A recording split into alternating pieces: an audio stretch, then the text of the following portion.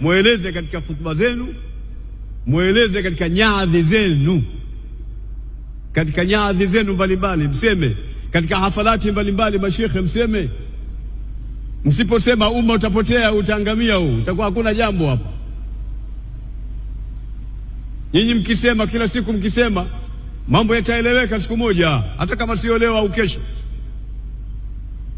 Aya inayosema fadhakir in nafa'ati dhikra, awidhisha ewe Muhammad, ukinufaisha wadhi au ukitonufaisha.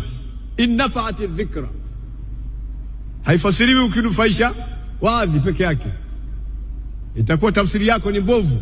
In nafa'ati dhikra, ukinufaisha huo wadhi au ukitonufaisha, lakini kazi yako wewe ni kuawidhisha watu, ni kuwapa watu mawaidha. Hiyo ndio kazi yenu mashekhe yote mliokuja na mashekhe wote wengine wanaonisikiliza, ndio kazi yenu. Na usiogope kitu chochote. La yadhurru sahaba nabhul kilab. Semaji mmoja anasema namna hiyo, la yadhurru sahab nabhul kilab. Yale mawingu yanapopita hivi, kuna majibu yanabweka, yanaona kwamba ni kitu gani kile kinapita kule juu. Yale mawingu yalidhurika? Yale mawingu hayakudhurika. Naogopa nini mashekhe kusema?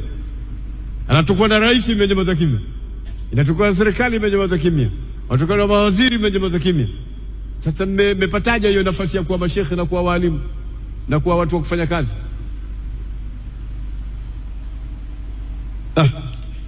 Basi bwana, basi. Wa idha usiba alqaumu fi akhlaqihim, watu wakidhuriwa katika tabia zao, zikachafuliwa zile tabia zao, hawana tabia tena, hawana maadili tena. Sheikh Shauki anasema faaqimu alaihim ma'taman wa awila, wakitie watu hao matanga na vilio. Yani hao watu ni kama watu waliokufa tu, wanataka kuliliwa, ni taifa linatakiwa kuliliwa. Kwa nini?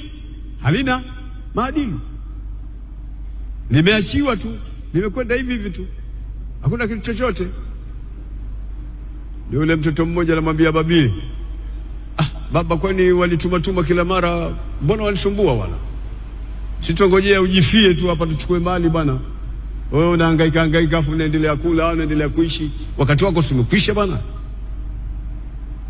Ile mzee akakasirika, ambaye una adabu nini?